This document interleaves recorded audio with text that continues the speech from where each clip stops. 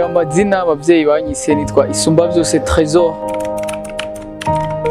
Ya umwuga nkora umuziki ariko ndafise utundi tuntu nkora ku ruhande kugira ngo tumbesheho umunyamuziki.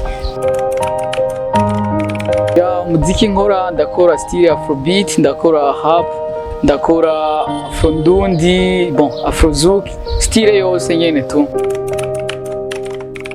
Gukora umuziki novuga ni ibintu natanguye kera cyane. Umuziki nawo utanguye nkiri mutoya, nahereye muri kwaya.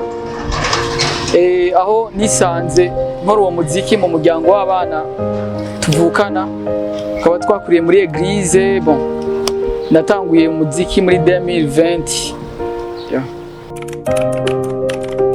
Gako umuziki nabonye ko ari impano yanje, maze kubona ko ari impano yanje mca mbona hariho benshi bitunze imiryango. Kubw'umuziki umuntu arashobora kwigurira umuduga, kubw'umuziki umuntu ashobora gukora buri kimwe cyose yifuza. Novuga ko rero umuziki nawo wibonyemo nk'impano, ndavuga ati kumbure ko bitunze bariya naje birashobora kugira ico bimariye. Ntangura kubikora. Maintenant ndacyari mu rugendo nk'abandi, ariko ndizera neza ko bizocamo.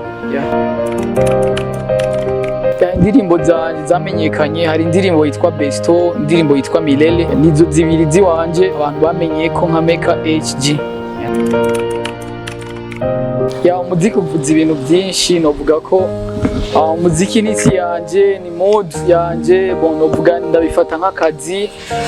Kuri jewe umuziki usobanuye byose. Dinamo erakasa.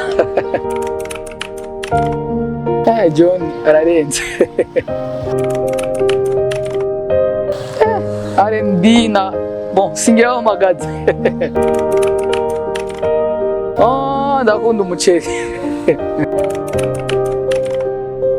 Besto ni wewe utonsiga, na ininja zose zonchika, umutima niwe uchunga, kuko ni utuma wishima.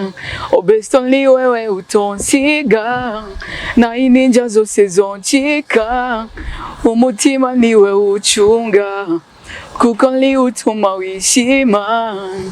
Wandemye mw'icyizere nta n'uwundi nkeneye, ubundi wawe meze fresh. Oh na na na na, you are the one to like nobody.